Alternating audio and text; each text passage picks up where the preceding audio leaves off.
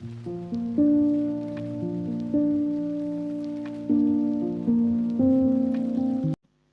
वालेकुम व्यूअर्स, कैसे हैं आप? उम्मीद करती हूँ खैरियत से होंगे। स्टडी विद BRD में आप सबको खुश आमदीद। ENG 201 के लेक्चर सीरीज़ का आज दूसरा लेक्चर है और ये लेक्चर बहुत इंपॉर्टेंट है क्योंकि ये ओरल कम्युनिकेशन पे एक ही लेक्चर होगा। आगे हम जितने भी लेक्चर्स पढ़ेंगे वो सारे रिटन कम्युनिकेशन की डिटेल पे होंगे, लेकिन ओरल कम्युनिकेशन का ये एक ही लेक्चर है जिसमें हमने ओरली कम्युनिकेशन करने के सारे टेक्निक्स सीखनी है। तो यानी कि बात करने का, यानी बात करके मनवाने का, बोल के मनवाने के सारे गुर आज हम एक ही लेक्चर में सीखने वाले हैं। इसलिए अटेंटिव हो जाएं और बहुत ही ध्यान से आपने सीखनी है ये सारी चीज़ें। ये चीज़ें आपको सिर्फ सब्जेक्ट के तौर पे तो काम आएंगी कि आपने इसका पेपर देना है, अच्छे से आपको पता होना चाहिए, लेकिन आपकी प्रैक्टिकल लाइफ में भी ये बहुत ज़्यादा इंपॉर्टेंट चीज़ें हैं, इसलिए इसको निगलेक्ट नहीं करना। तो चलें अपने लेक्चर की तरफ। आई होप आपका माइंड फ्रेश होगा और आप लोग एंजॉय करने वाले हो मेरे साथ स्टडी करते हुए। तो चलते हैं आज हम अपने मोस्ट इंपॉर्टेंट लेक्चर की तरफ। तो सबसे इम्पोर्टेंट लेक्चर जो आज हमारा है वो है ओरल कम्युनिकेशन का। तो ओरल प्रेजेंटेशन जो होती है वो फॉर्मल भी हो सकती है और इनफॉर्मल भी हो सकती है। ठीक है, मतलब फॉर्मल और इनफॉर्मल का क्या मतलब है कि फॉर्मल होती है कि जैसे आपको अपने बॉस से बात करनी है, अपने क्लाइंट से बात करनी है, किसी अनजान बंदे से बात करनी है। ठीक है, तो ये सारे फॉर्मल तरीके से आप इनसे बात करोगे। लेकिन इनफॉर्मल भी हो सकती है कि आपको अपने साथ वाले साथी से बात करनी है, फ्रेंड से बात करनी है, घर वालों से बात करनी है। इस तरीके की जो प्रेजेंटेशन होती है वो इनफॉर्मल होती है, यानी कि दो तरीकों से प्रेजेंटेशन होती है ओरल। ठीक है, डिपेंड करता है आपके एक्सप्लिसिट और इम्प्लिसिट पर्पजेज पे। अब ये एक्सप्लिसिट और इम्प्लिसिट क्या बला है? एक्सप्लिसिट पर्पजेज वो होते हैं यानी आपका वो मकसद जो जाहिर हो। ठीक है, यानी कि अगर आपको एक प्रोजेक्ट की प्रेजेंटेशन के लिए, यानी कि आपको प्रोजेक्ट अप्रूव करवाना है, आप उसकी प्रेजेंटेशन के लिए खड़े हो, तो ये उसका जाहिर सा मकसद है कि आप वो प्रोजेक्ट हासिल करना चाहते हो। ये उसका एक्सप्लिसिट पर्पज है। ठीक है, यानी कि जाहिर ये सामने वाले को पता है, आपको पता है कि आप इसीलिए खड़े हो, आप इसीलिए बोल रहे हो, इसीलिए सर खपा रहे हो उसके साथ। ठीक है, लेकिन इम्प्लिसिट पर्पजेज वो होते हैं जो आपके दिल में होते हैं, जो आप बोलते नहीं हो लेकिन आपको होता है कि इस चीज़ के जरिए मैं ये भी कर लूँ। मतलब जैसा कि आप प्रेजेंटेशन तो दे रहे हो लेकिन आप कहे कि यार मतलब ऐसी प्रेजेंटेशन दूँ ना धमाकेदार के सामने वाले के माइंड में मैं हमेशा के लिए फिट हो जाऊँ, यानी कि अच्छी इमेज बन जाए मेरी, या मतलब ऐसी मैं प्रेजेंटेशन दे दूँ कि यार ये बंदा हमेशा से मेरे साथ कांटेक्ट रखे, किसी के साथ कांटेक्ट बनाने की कोशिश करना, अपनी इमेज अच्छी बनाने की कोशिश करना। अब ये आप उसे बता तो नहीं सकते हो ना, लेकिन आपने अपने काम से ये चीज़ें बनाने की कोशिश करनी है। यानी कि हमारे कुछ एक्सप्लिसिट पर्पजेज होते हैं जो सामने वाले को पता होते हैं। आप बता भी सकते हो कि मेरा ये प्रोजेक्ट का मतलब ये है कि मैं आप ये प्रोजेक्ट अप्रूव करना चाहता हूँ, ये मेरे काम का मकसद है। ठीक है, लेकिन कुछ पर्पजेज होते हैं जो आपके इम्प्लिसिट होते हैं, जो आपके दिल में होते हैं, जो आप जाहिर नहीं करते हो लेकिन आप उनके लिए ट्राई ज़रूर करते हो।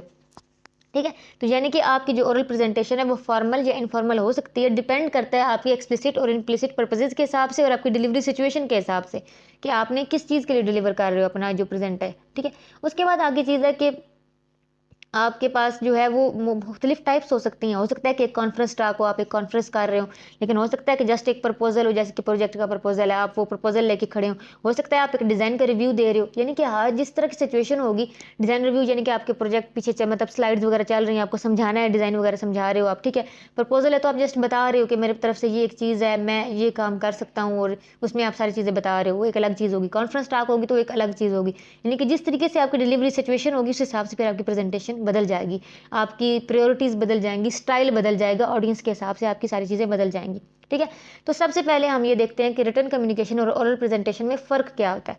ठीक है, वो कहते हैं कि publication permits potentially unlimited audience over time and place. यानी कि जब आप रिटन कम्युनिकेशन कर रहे होते हो तो आपके पास जो है वो कम ऑडियंस को देने के लिए अनलिमिटेड टाइम और प्लेस है। यानी आप लिख रहे हो ना, लिखते हुए आपको नहीं है, आप लिखते हुए 10 घंटे भी लगा सकते हो। ठीक है, क्योंकि आपको लिख के देना है ना, कौन सा सामने बैठा हुआ आपका इंतजार कर रहा है। रिटन कम्युनिकेशन में मोस्टली ऐसा नहीं होता। ठीक है, यानी कि लिखते हुए आपके पास अनलिमिटेड टाइम और प्लेस है, आपको ये नहीं है कि मुझे इतने टाइम में फ़ौरन से फ़ौरन खत्म करना है। मतलब मोस्टली की बात कर रही हूँ, अर्जेंट भी होते हैं काम, लेकिन मोस्टली यही चीज़ होती है। यानी कि आप ओरल कम्युनिकेशन कर रहे हो तो आपके पास पता है कि यार 10 मिनट है, 10 मिनट के अंदर अंदर मुझे सामने वाले को टारगेट मेरा है कि कन्विंस करना ही करना है। लेकिन लिखते हुए आप आराम से सोच सोच के लफ्ज़ों को लिख सकते हो, गलत हुआ मिटा लिया, दोबारा लिख लिया। ठीक है, यानी कि ये चीज़ है। ओरल कम्युनिकेशन में ऐसा नहीं है। ओरल कम्युनिकेशन में आपके पास ऑडियंस लिमिटेड होती है, टाइम भी और उसमें प्लेस भी जो आपके पास लिमिटेड है।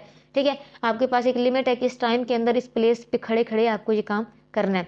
दूसरा फ़र्क कि नो डायरेक्ट ऑडियंस इंटरेक्शन। जाहिर सी बात है, लिखते हुए आपकी इंटरेक्शन ऑडियंस के साथ डायरेक्ट तो नहीं है, आप सामने उन्हें देख तो नहीं रही हो, देख के कंफ्यूज नहीं होगे, ये सारी चीज़ें आपके साथ नहीं होंगी। जबकि ओरल प्रेजेंटेशन में हाई लेवल के ऑडियंस इंटरेक्शन पॉसिबल है। ठीक है, कि बड़ी आला किस्म के लोग भी आपके सामने बैठे हुए हो सकते हैं। तीसरा फ़र्क क्या है कि रिफाइंड आर्ग्यूमेंटिव स्ट्रक्चर, कि रिटन कम्युनिकेशन करते हुए आपका जो अंदाज़ होता है वो आर्ग्यूमेंटिव, आपने दलाइल देने होते हैं ज़्यादा से ज़्यादा, मतलब दलाइल देने वाला अंदाज़ आपका होता है, ठीक है, दलाइल दोगे फिर आप समझाने की कोशिश करोगे। जबकि प्रेजेंटेशन जब ओरल दे रहे हो तो आपकी कोशिश होती है कि मैं सिंपल प्रेजेंटेशन दूँ, मेन पॉइंट्स सामने रखूँ, ठीक है। वहाँ आप आर्ग्यू नहीं कर सकते क्योंकि सामने वाला आपके साथ कोई दलाइल थोड़ी ना आपसे मतलब मांग रहा है। आप सिंपल प्रेजेंटेशन देते हो, अपने मेन पॉइंट सामने रखने की कोशिश करते हो, बहुत ज़्यादा आर्ग्यूमेंट आप नहीं कर सकते हो ओरल प्रेजेंटेशन देते हो बिजनेस लेवल पे। अगला फ़र्क है large volume of detailed information can be communicated, कि जब आप रिटर्न कम्युनिकेशन कर रहे हो तो आप डिटेल दे सकते हो, आप इन्फॉर्मेशन की जितनी डिटेल देना चाहो उसमें दे सकते हो मोस्टली, यानी आप डिटेल में एक बात समझा सकते हो। लेकिन जब आप ओरल कम्युनिकेशन कर रहे हो तो आप बहुत ज़्यादा बात लंबी नहीं छेड़ सकते हो। क्यों? आपकी ऑडियंस हो सकता है बोर हो जाए, या हो सकता है आपके पास टाइम ही इतना ना हो। वहाँ पे आपको इन्फॉर्मेशन को ट्रांसफ़र करते हुए एक लिमिट में रखना होता है, मेन पॉइंट्स पे ज़्यादा फोकस करना है, बहुत ज़्यादा डिटेल में नहीं जा सकते आप। उसके बाद अगला फ़र्क क्या है कि प्रिसाइज सिंटैक्स एंड डिक्शन, कि आपने जो इसमें यूज़ करनी है, आपकी जो लैंग्वेज है या आप जो इशारे वगैरह यूज़ कर रहे हो उसको प्रिसाइज़ करने की कोशिश करें, यानी मुख्तसर होनी चाहिए आपकी जो, आप उसमें जो मुख्तलिफ बिज़नेस लेवल की टेक्निक्स यूज़ कर रहे हो वो प्रिसाइज़ मुख्तसर होनी चाहिए आपकी, ठीक है। लेकिन जब आपका अंदाज़ जो है वो उसमें होता है, यानी कि लिखते हुए आपका मुख्तसर तरीन अंदाज़ होना चाहिए, यानी कि मुख्तसर अल्फाज यूज़ करो और ज़्यादा से ज़्यादा बात आपकी पहुंच रही हो, ठीक है।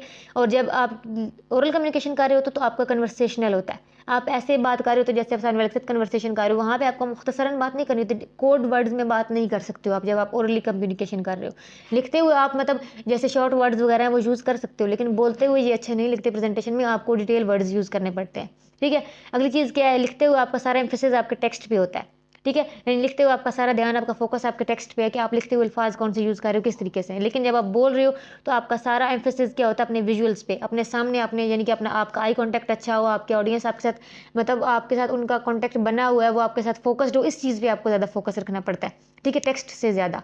आखिरी फ़र्क क्या है दोनों में कि reader controls pace of presentation, जब आप लिख रहे हो तो कंट्रोल आपके पास है, आपको अच्छा ठीक है आपने 2 लाइनें लिखी, अभी आपका नहीं मतलब आपका माइंड में कोई बात नहीं आ रही, आप ब्रेक ले सकते हो, ठीक है। आपने ब्रेक ले लिया, थोड़ी देर बाद आपने लिख लिया, ठीक है। आपने एक चीज़ गलत की है उसमें, यानी कि जब आप लिख रहे हो तो आपके पास जो है मतलब एक कंट्रोल था, यानी आपने लिख दिया उसके वक्त आपके पास कंट्रोल था। अब जब पढ़ रहे हैं, जो पढ़ने वाला रीडर है, अब उसके पास सारा कंट्रोल है। पढ़ने आपने कम्युनिकेशन लिख दी ना, बात खत्म हो गई, आपने अपनी मर्जी से लिखी, रीडर अपनी मर्जी से पढ़ेगा। अब जब उसका दिल करेगा वो पढ़ेगा, ठीक है, उसने 2 लाइनें पढ़ी, अब उसके पढ़ने का मूड नहीं है, वो रख देगा, वो बाद में पढ़ लेगा। अच्छा ठीक है मैं थोड़ा सा रुक के पढ़ लेता हूँ, अच्छा मैं सारा पढ़ लेता हूँ। यानी कि जब एक प्रेजेंटेशन का जो कंट्रोल होता है वो रीडर के हाथ में होता है, जब आपने लिख के कम्युनिकेट किया वो अपनी मर्जी से पढ़ेगा। लेकिन जब आप प्रेजेंटेशन ओरली दे रहे हो तो तब सारा कंट्रोल आपके पास है, आपको पता है कि मैंने कहाँ पे तेज़ बोलना है, कहाँ पे रुकना है, कहाँ पे फुल स्टॉप करना है, कहाँ पे ब्रेक लेनी है, क्योंकि आपके हाथ में सारा कंट्रोल है। यानी जब आपने लिख दिया तब आपके हाथ से कंट्रोल निकल जाता है, जब तक आप लिख रहे हो तब तक आपके पास था, ठीक है। अब रीडर का मकसद है, रीडर का मर्जी है कि वो जब मर्जी है वो उसे पढ़े। लेकिन जब आप ओरली कम्युनिकेशन कर रहे होते हो तो कंट्रोल आपके आपके हाथ में होता है, आपको पता होता है कि मैंने कहाँ रुकना है, कहाँ पे किस तरीके से बात करनी है। अगली चीज़, यानी ये तो हमने फ़र्क देख लिए, मेन फ़र्क, ठीक है। अब आगे चलते हैं, वो कहते हैं इफेक्टिव कम्युनिकेशन करने के लिए कुछ स्किल्स की ज़रूरत होती है, यानी कॉम्बिनेशन होता है स्किल्स का। यानी कोई भी कम्युनिकेशन आप कर लो, चाहे फॉर्मल है चाहे इनफॉर्मल है, ओरल कम्युनिकेशन करते हुए 4 चीज़ों पे आपको बहुत ज़्यादा ध्यान देना है। सबसे पहले आप आउटलाइनिंग करोगे, प्लानिंग करोगे। बेशक आपने ओरली कम्युनिकेशन करनी है, लेकिन फिर भी आप कुछ मेन पॉइंट्स बनाओगे, आउटलाइंस बना लोगे, प्लान करोगे कि मैं किस तरीके से बात करूँगा, पहले मैं ये बात करूँगा, फिर मैं ये बात करूँगा, देन इस तरह के, ठीक है। आउटलाइनिंग कर लेना, प्लानिंग कर लेना, ये स्किल्स वाली बातें हैं। यानी जो लोग बेशक एम रैंडमली बात करते हैं ना, बिजनेस लेवल पर रैंडमली बात नहीं हो सकती, ठीक है। उसके बाद है अगली चीज़ की preparing overheads and other display media, यानी आपके प्रोजेक्ट के हिसाब से अगर आपको लगता है कि आपके साथ कुछ डिस्प्ले मीडिया वगैरह होना चाहिए, यानी स्लाइड्स होनी चाहिए, या आपके पास कुछ साथ तस्वीरें वगैरह चल रही होनी चाहिए, या आपके पास कुछ लिखा हुआ होना चाहिए, या प्रोजेक्ट बना हुआ कुछ, यानी कि आप पे है कि आप ओवरहेड्स या डिस्प्ले मीडिया साथ कुछ ना कुछ अरेंज करो। अगली चीज़ है आप रिहर्सल करो, बार बार रिहर्सल करो, आप बार बार बोल के देखो, किसी के सामने बोलो, दोस्तों के सामने बोलो, खुद बोल के रिहर्सल करो बार बार। जो आपने प्रेजेंटेशन देनी है अपने क्लाइंट के सामने, उससे पहले उसको रिहर्स करो अच्छे से। और आखिरी क्या है फिर कि डिलीवरी अच्छे से दो। यानी कि ये 4 पॉइंट से गुजरना पड़ता है एक इफेक्टिव कम्युनिकेशन करने के लिए। अब अगली चीज़ कि फॉर्मल और इनफॉर्मल ओरल रिपोर्ट्स, ठीक है। अब जो फॉर्मल रिपोर्ट्स होती हैं यूजुअली मतलब उनमें क्या होती है कि आपने उनको अच्छे से प्रिपेयर करना होता है प्रेजेंटेशन देने से पहले। क्यों? क्योंकि आपने उनमें अच्छे से रिहर्सल की हुई है, आपका जो मैनर ऑफ डिलीवरी है बहुत इंपॉर्टेंट होता है, आपके जो आपका अंदाज़ है। क्योंकि आप फॉर्मल तरीके से जब बात कर रहे होते हो तो आपकी सिचुएशन बहुत सीरियस होती है, ठीक है। सिचुएशन सीरियस है, आपके जानने वाले नहीं हैं वो लोग, वो आपके लिए मतलब आपके सीनियर्स हो सकते हैं, कुछ भी हो सकते हैं। इस वजह से आपकी ऑडियंस मिक्स भी हो सकती है, एक लेवल के भी हो सकते हैं कि बैकग्राउंड मिक्स भी मतलब उनके सबके डिफरेंट डिफरेंट भी हों। इस वजह से आपको बहुत जो है वो केयरफुली चीज़ों को मैनेज करके चलना पड़ता है, इसलिए आपकी रिहर्सल बहुत ज़्यादा ज़रूरी होता है। हो सकता है कि आपकी ऑडियंस बहुत छोटी सी हो, लेकिन हो सकता है कि आपकी ऑडियंस एक बड़े हॉल, एक बड़े ऑडिटोरियम में मुश्तमिल हो, यानी आपको सारी चीज़ों को देख के चलना पड़ता है। इनफॉर्मल ओरल रिपोर्ट में जो होता है, आपको मतलब ये हो सकता है कि स्मॉल ग्रुप सेटिंग हो सकती है, ठीक है। मतलब ऑडियंस की इंटरेक्शन आपके साथ बहुत अच्छी है और आप रिलैक्स होते हो डिलीवरी के मैनर में और ड्रेस के मैनर में, आप कुछ भी पहन के चले जाओ, आपकी डिलीवरी मिजाह के अंदाज में भी हो तो चल जाता है। लेकिन ओरल फॉर्मल में ऐसा नहीं हो सकता, ठीक है। तो इनफॉर्मल में प्रेजेंटेशन देते हुए आप जो है वो फ्री एक्सचेंज ऑफ आइडियाज़, आप आसानी से आइडियाज़ चेंज कर सकते हो, सामने वाले की राय ले सकते हो, ठीक है। यानी इतना बहुत ज़्यादा सीरियस मैटर नहीं होता इनफॉर्मल तरीके से रिपोर्ट्स को बनाते हुए। उसके बाद अगली चीज़ है कि ओरल प्रेजेंटेशन में जो प्रोफेशनल इन्वायरमेंट होता है उसमें दो कैटेगरीज होती हैं। या तो आपको इन्फॉर्मेटिव स्पीकिंग करनी होती है या आपको परसुएसिव करनी होती है। इन्फॉर्मेटिव स्पीकिंग क्या होती है कि जस्ट आपको इन्फॉर्मेशन देनी है, यानी किसी भी चीज़ के बारे में, जैसे आप इंट्रो करवा रहे हो किसी चीज़ का, तो उसमें आपको सामने वाले को जो है वो मनाना नहीं है किसी चीज़ के लिए, जस्ट इन्फॉर्मेशन देनी होती है, ठीक है। इन्फॉर्मेशन देनी, और इसमें आपका प्राइमरी गोल और सबसे बड़ा गोल यही है कि आपकी ऑडियंस आपकी उस बात को सुन ले, उससे सीख ले, बस यही चीज़ होती है, ठीक है। मेन आपने अपना कंसेप्ट, अपना जो ऑडियंस के साथ आपके जो इंस्ट्रक्ट आप उसको करना चाह रहे हैं, वो सारी चीज़ें मेन चीज़ होती हैं, ठीक है। इसमें क्या क्या हो सकती है कि आपके जो ग्रुप्स होते हैं वो डिफरेंट किस्म के हो सकते हैं। आप इंडिविजुअली भी किसी के साथ बात कर सकते हो, उसको इन्फॉर्मेशन दे रहे हो, और हो सकता है कि आप पूरे ग्रुप के साथ बात कर रहे हो, और ये भी हो सकता है कि आप ओरली ब्रीफ कर रहे हो, जस्ट मतलब आप मतलब सिर्फ सारे लोग बैठे हुए हैं और आप जो है वो एक चीज़ की वजाहत दिए जा रहे हो। पैनल डिस्कशन हो सकती है कि एक पूरा पैनल बैठा हुआ है और उसके साथ आप डिस्कस कर रहे हो चीज़ों को, दे आप इन्फॉर्मेशन ही रहे हो, लेकिन हो सकता है वो सामने से क्वेश्चन कर रहे हो आपसे, यानी एक डिस्कशन वाला माहौल हो।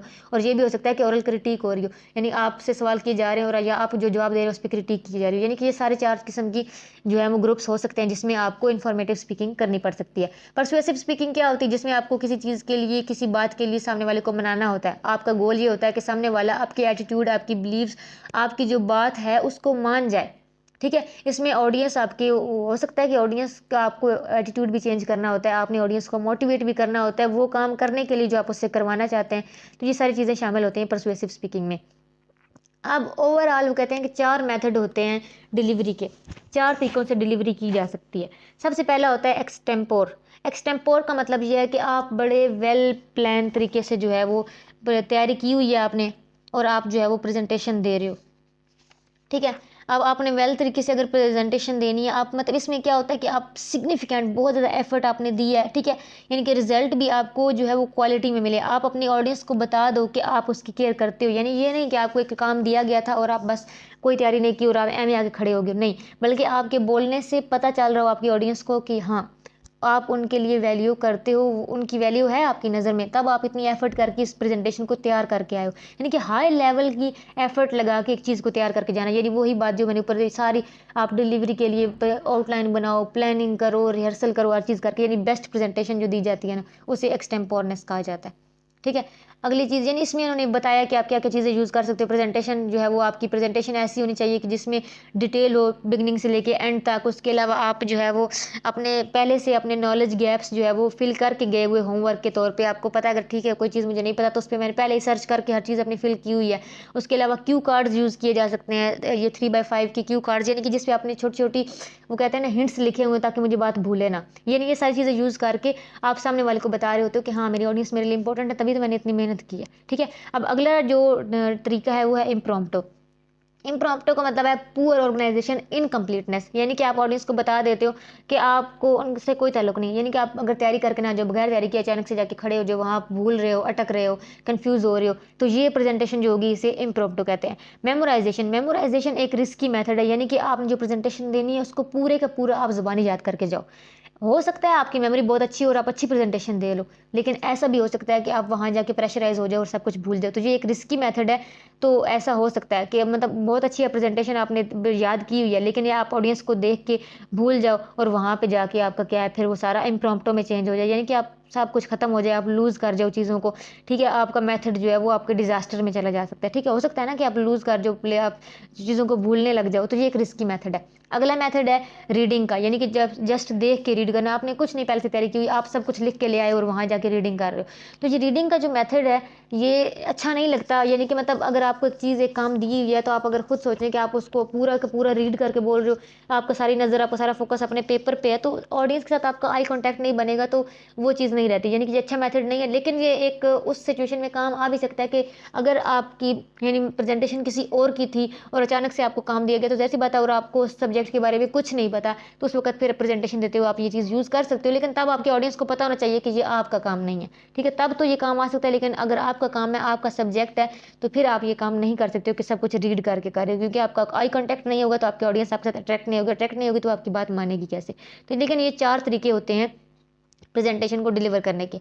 अब आगे प्रेजेंटेशन की तैयारी करते हुए हमें किन किन चीज़ों को ध्यान में रखना चाहिए, ठीक है। सबसे पहली चीज़ है कि नॉलेज ऑफ द ऑडियंस, आपको पता होना चाहिए कि मेरी ऑडियंस कैसी है, ठीक है, यानी कि मेरी मतलब बहुत ज़्यादा आपने जो है वो ऑडियंस को कंफ्यूज नहीं करना कि किसी एक कोई घूरने लग जाओ, ठीक है, बहुत ज़्यादा आहिस्ता नहीं बोलना, बहुत ज़्यादा ऊंचा नहीं बोलना, ठीक है। उसके बाद आपकी जिस सब्जेक्ट पे आप बात करने वाले हो, आपको पहले से उस सब्जेक्ट के बारे में पता होना चाहिए, और आपको ये भी पता होना चाहिए कि आपकी ऑडियंस इस बारे में क्या जानती है, ठीक है, यानी आपको पता होना चाहिए कि वाकई इस सब्जेक्ट के बारे में मेरी ऑडियंस को पहले भी कुछ पता है या मुझे बिल्कुल बेसिक से शुरू करना है बात करना, ठीक है। उसके अलावा आपको ये भी पता होना चाहिए कि एज लेवल क्या है आपकी ऑडियंस का, उस हिसाब से आपको बात करनी है, ठीक है, यानी कि ये तो हो गया ऑडियंस के बारे में नॉलेज। दूसरी चीज़ है नॉलेज ऑफ द सब्जेक्ट, आपको अपने नॉलेज का सब्जेक्ट का नॉलेज बहुत अच्छे से होना चाहिए, आपको पूरी ग्रिप होनी चाहिए अपने सब्जेक्ट पे। अगर कुछ गैप्स वगैरह हैं जहाँ पे आपको मतलब आपको लगता है कि ये मेरा वीक पॉइंट है, तो आप उसको पहले से फिल करो, ठीक है। अगली चीज़ है use of time and rehearsal, कि आप टाइम लिमिट्स को बहुत ज़्यादा ध्यान में रखो, यानी कि इवन अगर आपको 1 घंटा दिया गया है तो आप कोशिश करो कि मैं 50 मिनट में अपनी प्रेजेंटेशन पूरी कर लूँ, यानी टाइम को लिमिट्स को अच्छे से ध्यान में रखो, जो आपको टाइम दिया गया उसी के साथ इंसाफ करो। लेकिन इसका मतलब ये भी नहीं है कि 50 मिनट में कवर करने के चक्कर में आप अधूरी बातें कर रहे हो, नहीं, आपको टाइम को अच्छे से मैनेज करना है, और ये मैनेज किस तरीके से होगा, रिहर्सल करने से। अगली चीज़ जो आपको ध्यान में रखनी है वो है पर्सनल अपीयरेंस, तो पर्सनल अपीयरेंस भी ही बहुत ज़्यादा इफेक्ट करती है आपकी क्रेडिबिलिटी को। अगर एक फॉर्मल प्रेजेंटेशन है तो आपको एक फॉर्मल तरीके से मतलब सूट बूट टाई शाई इस तरीके से जाना पड़ेगा, ठीक है। इनफॉर्मल है तो आप मतलब उस हिसाब से पहन सकते हो कुछ भी, तो यानी आपकी पर्सनल अपीयरेंस, पर्सनल ग्रूमिंग जो है वो बहुत ज़्यादा अहमियत की हामिल होती है, आपको बहुत ज़्यादा अटेंशन सीकिंग। अगर आप मुझे खुद बताएं कि एक बहुत बड़ी प्रेजेंटेशन हो और आप ऐसे ही उजड़े बालों के साथ गंदी तरीके से मतलब रफ तरीके से तैयार होकर जाओ, तो आपका फर्स्ट इंप्रेशन ही अच्छा नहीं होगा, तो लोग आपसे कैसे एक्सपेक्ट करेंगे कि आप बात अच्छी करोगे, ठीक है। तो ये चीज़ होती है कि आपकी पर्सनल अपीयरेंस आपके बिजनेस लेवल पे बहुत ज़्यादा इफेक्ट करती है, ये एक हकीकत है और हमें इसको समझना चाहिए। तो ये सारी चीज़ें थी। उसके बाद है कि डिलीवरी करते हुए और प्रेजेंटेशन की आपको और कौन सी चीज़ों को ध्यान में रखना है, तो एक होता है कि पॉइज एंड एंथुसियाज्म, यानी कि आपको इस तरीके से बात करनी है, इस तरीके से कि सामने वाले को पता हो, यानी अपना आप इस तरह का लेवल बनाओ कि जब आप बात करने लगो सामने वाले को यार ये कभी फिजूल बात नहीं करेगा, हमारा टाइम वेस्ट नहीं करेगा, अच्छी बात करेगा। आई कांटेक्ट आपका अच्छा होना चाहिए, आपका वॉइस का जो लेवल है वो अच्छा होना चाहिए, बहुत ज़्यादा कम नहीं होना चाहिए, बहुत ज़्यादा ओवर नहीं होनी चाहिए। यूज़ ऑफ टाइम आप अच्छे से कर रहे हो कि टाइम के अंदर बात कर रहे हो, ना टाइम के बहुत ज़्यादा बाहर लेके जाने की चीज़, ना ये कि इतना शॉर्टकट मारो कि बात अगले के समझ में भी नहीं आई और सब कुछ इधर उधर फेंक के चला जाए, ऐसा भी नहीं होना चाहिए, ठीक है। आप जो पॉज एंड एंथुसियाज्म का मतलब ये है कि आपके मसल्स पे कंट्रोल होना चाहिए, बहुत ज़्यादा मतलब आप शिवर नहीं कर रहे हो, आप घबरा नहीं रहे हो, आप अच्छे से रिलैक्स होकर बात करोगे तो सामने वाला भी आपकी बात रिलैक्स होकर सुनेगा।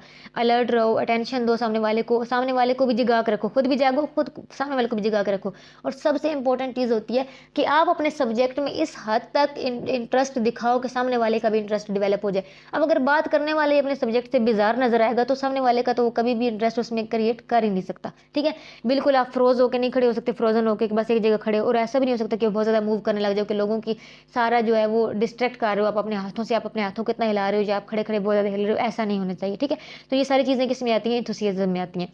आगे बाकी चीज़ें मैं बता चुकी हूँ कि आई कॉन्टैक्ट, वॉइस, पेस, सारा कुछ आपने अच्छे से ये चीज़ें ध्यान में रखनी होती हैं। उसके बाद आपकी बॉडी लैंग्वेज, वॉइस और अपीयरेंस, इसका सबसे ज़्यादा ध्यान आपने किन चीज़ों में रखना होता है, फॉर्मल प्रेजेंटेशन में। यहाँ पे इन्होंने वैसे तो ऊपर सारी चीज़ें बता दी, लेकिन यहाँ पे फॉर्मल प्रेजेंटेशन के बाद चीज़ में इन्होंने दोबारा ये चीज़ें जिक्र की कि ज़्यादा ध्यान आपने फॉर्मल प्रेजेंटेशन में इन चीज़ों का रखना है कि आपकी बॉडी लैंग्वेज कैसी है, आप इशारे किस तरीके से कर रहे हो, आप क्या चीज़ यूज़ कर रहे हो, वॉइस आपकी कितनी है कि आप वही कह रहे हो जो आप कहना चाहते हो, ठीक है। उसके बाद आपकी पर्सनल अपीयरेंस कैसी है, ये सारी चीज़ें आपकी बहुत ज़्यादा इंपॉर्टेंट है।